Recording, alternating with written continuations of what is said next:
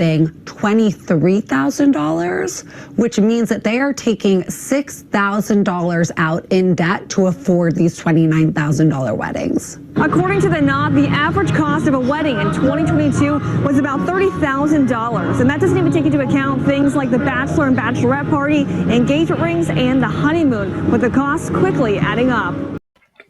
Hey family, welcome back to another episode of Journey to Harmony. I'm your host, Richard Harmon. Today I want to talk to you about the cost of weddings and how astronomical it has gotten.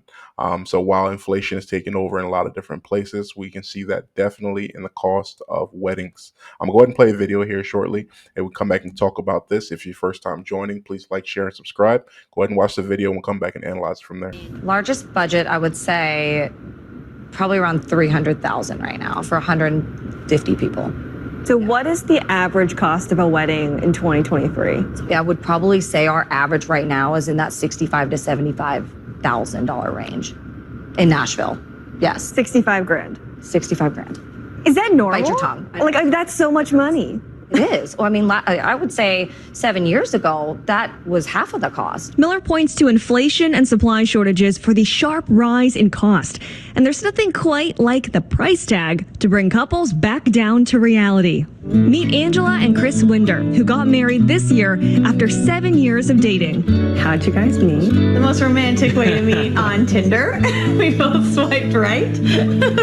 Basically knew it as soon as I moved here. So yeah, there's no one else I'd rather be with. They dove headfirst into wedding planning. When did you start building a budget? It was one of the first things that we did. So we went in with what we thought was a very good budget. It was not a very good budget. Our first number was like $30,000 to $35,000. Well, and $30,000 to $35,000 is a lot of money. It sounds like a healthy budget. That's what we thought. Yeah, and we didn't have you would think. Yes. Our venue itself was almost $10,000. There goes a third of your budget without even touching any planning stuff of just the venue, no food, no drinks, no nothing. So you're kind of set up for failure, really.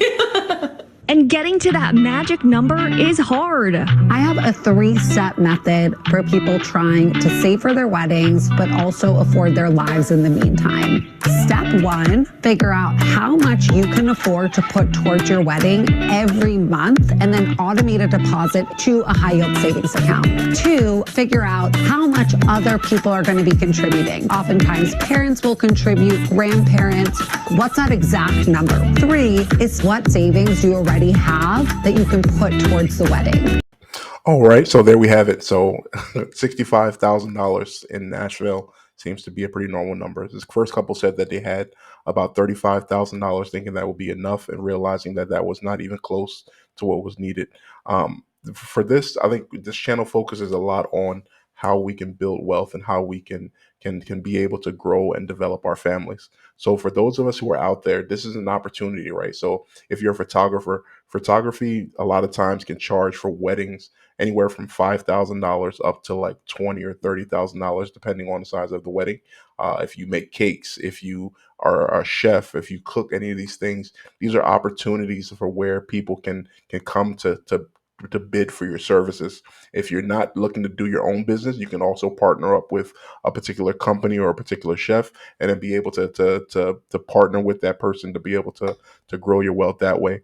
This is a pretty astronomical number overall, because the median income in America is like $70,000. So if you're paying one full year's income just for a wedding, you're setting yourself back majorly. We're also in the middle of a housing market crisis where the cost of living is just skyrocketed in recent years. So if you're setting yourself back just beginning to start your wedding, be careful. If you're finding yourself with a person that you love, you just have to consider whether or not you're looking to make some sacrifices. If you're willing to stay with family for the first 2 years, if you're willing to do some other things that are not normal, then maybe it's an opportunity for you to consider these things. But if you're looking to have a traditional, you get married, you go into your apartment, and then you continue from there, you're going to have a situation where you are setting yourself back and you have to dig yourself out of that.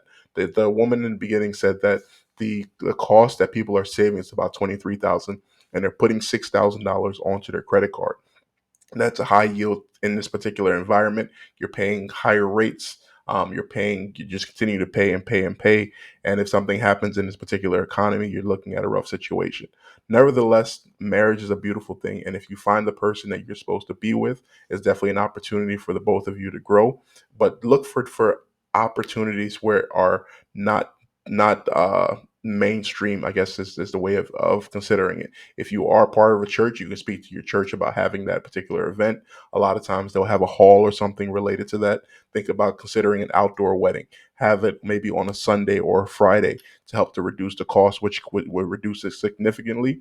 Additionally, with things like Turo, you can rent particular cars rather than getting a limousine. You can rent a Suburban for like $150. So instead of you paying $3,000, you can pay about $600 for the renting of three or four SUV vehicles. So with that, like you said before, this is a lot of money that's going into these things. You're working your long hours, you're putting in overtime, you're working a second job.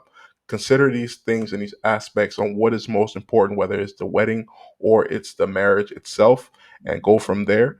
At whatever you do, make sure you're communicating with the person that you're supposed to be with. Throughout your marriage, you're going to have different challenges that will arise, and this is only an opportunity for you guys to practice with that. What are your thoughts? Please comment below. Like, share, and subscribe. Thank you so much for joining. Have a good day.